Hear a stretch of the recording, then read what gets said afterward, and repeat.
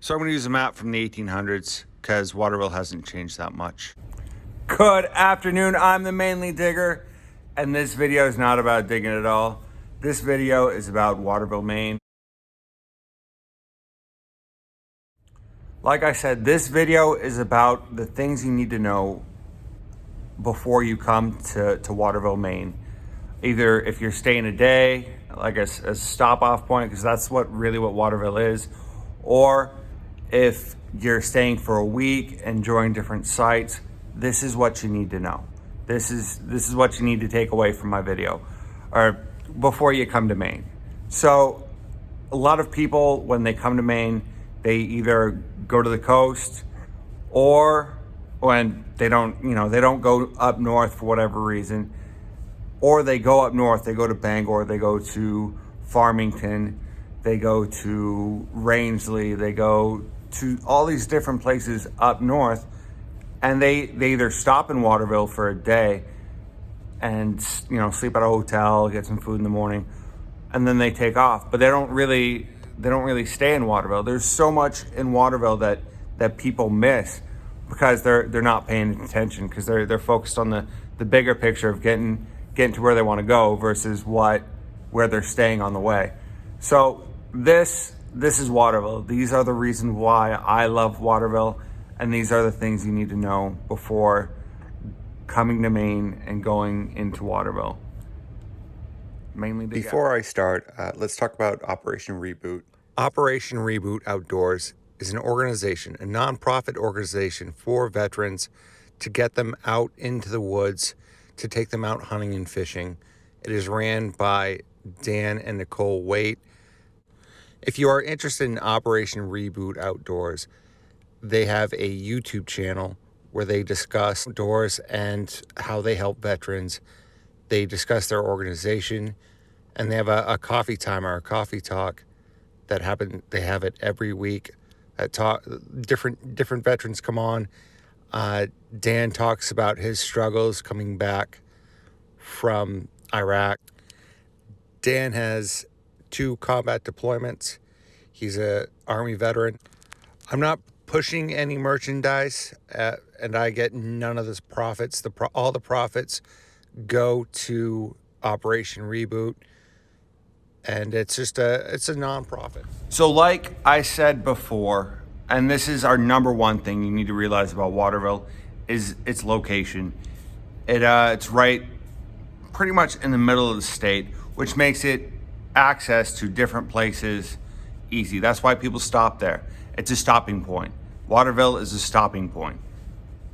So Waterville is right above Augusta. Augusta is the capital of Maine. Is not much of a capital, but it's what we have. So it's kind of center of the state, and it's kind of a stopping off point between the southern part of the state, Portland, Brunswick, Lewiston, and Bangor, which is not exactly the northernmost point, but that's where most people go.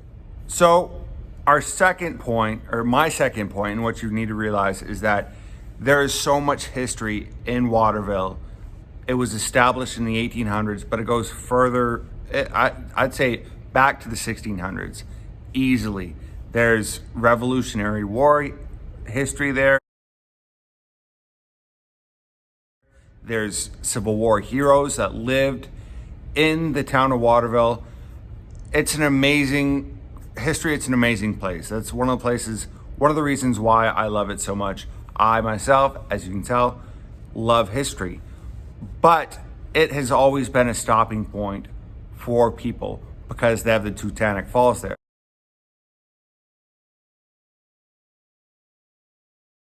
The Teutonic Falls is whitewater. It's rapids. You're not gonna get over the whitewater. You have to port or pick whatever you have up and move it. So therefore, it became a stopping point. The Teutonic Falls is named after a Native American chief, and that's where at one point that's where they were located. That was their main camp, is around actually in the Winslow area, but not. I mean, they were in Waterville too. There's so much history in Waterville. It's unbelievable. So when you come to Waterville, and what I'm getting at is go check out the local history sites, the museum, the local museum.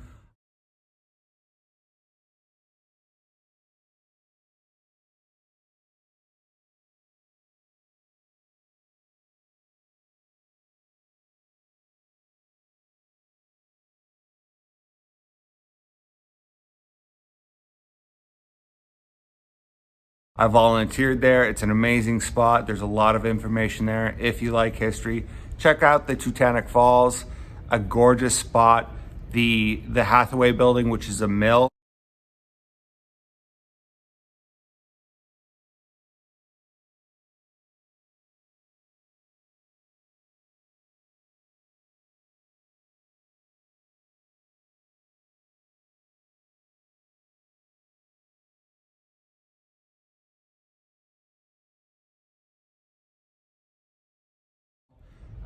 I think there's a brewery in there, and it's a couple of buildings. Most of them are abandoned, but the one building has apartments, or they remade into apartments. It used to be an old mill. So yeah, they remade into apartments. There's a couple businesses. There's a brewery. I forgot what the name of the brewery, but just go look at it. It's an amazing spot. That mill is so important. It may be run down, it may be ugly looking, but to the town, that whole mill has made the town into what it is. So my third thing that you need to know is the Waterville Police Department. And I did this in my last video, and I got a couple comments that, they weren't unruly, but you need to know that the Waterville PD, the amazing police department, in my opinion, they've gotten a reputation as using use of force. And there's a reason why. I mean, Waterville's not a violent city or a violent town. It's not a crime-ridden town. There's crime just like any other city or any other town, but it's around a certain area. I mean, you have your domestic issues and you have any normal social issues that the police department needs to deal with, but you also have the downtown area. It's always been an issue throughout the years, throughout the century, that the downtown area has a lot of liquor and it has a lot of people during the summertime, during college, during any time really, except during the pandemic. So it has created an issue for the Waterville Police Department because it's how they react. They know what to expect. They know they're going to deal with drunk people. They know they're going to have to deal with all the issues that come with drunkenness, the brawling, all of that. So they're quick to enforce laws when it comes to the downtown area. So what I'm saying is, don't act like an idiot. Go have fun if you come to Waterville. Go drink, go to the bars, go to the pubs, eat some food. But if you cause trouble, they will show up. And you got to understand, there's not a lot of them. So their reaction is based on the size of the police. When they show up, just stop it. Just stop the foolishness. Realize you're drunk. Realize you're in the wrong. Don't lie to them. Be like, yep, I was doing whatever. Because they will act accordingly if you act accordingly. My fourth one is, that looked like three, is downtown Waterville.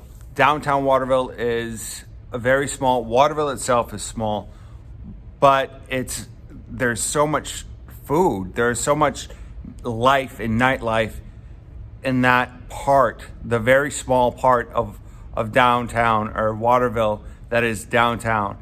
It's an amazing place. It's one of the reasons why I love Waterville. So I'm going to use a map from the 1800s because Waterville hasn't changed that much. It looks like I did this one in crayon. It's really done on my phone. I just have big fingers. Anyway, so the yellow arrow is pointing at the mill or the Hathaway building.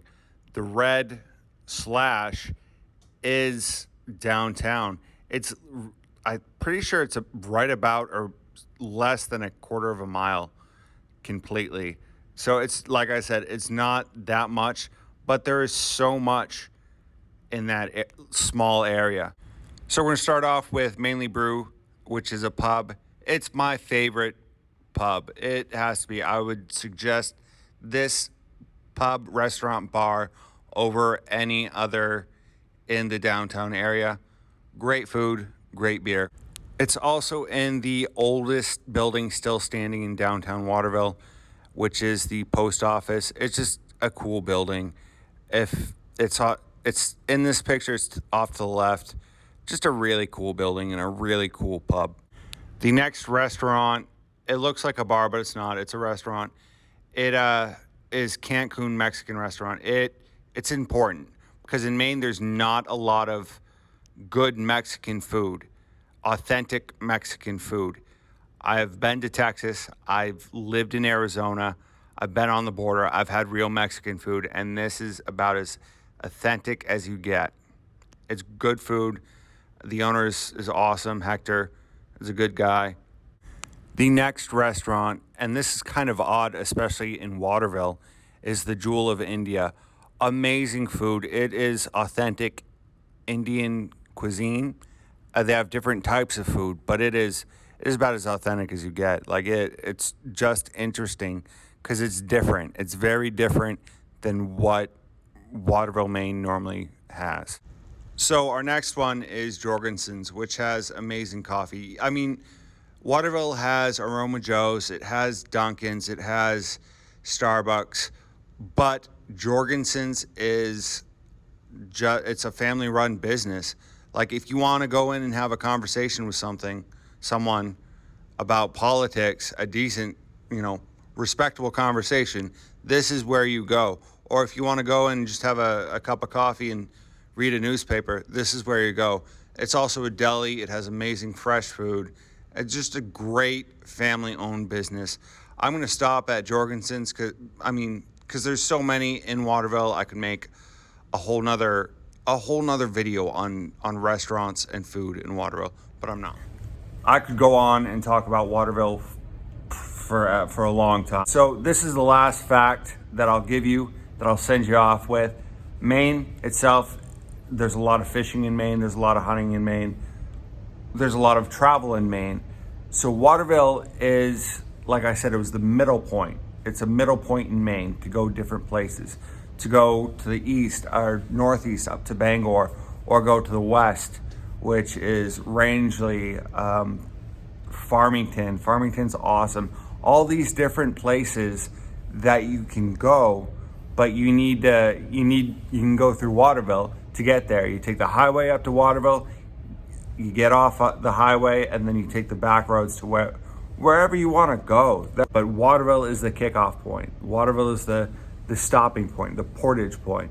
That is Maine. That is Waterville. Come to visit, act accordingly, and enjoy yourself in Maine. Mainly dig out.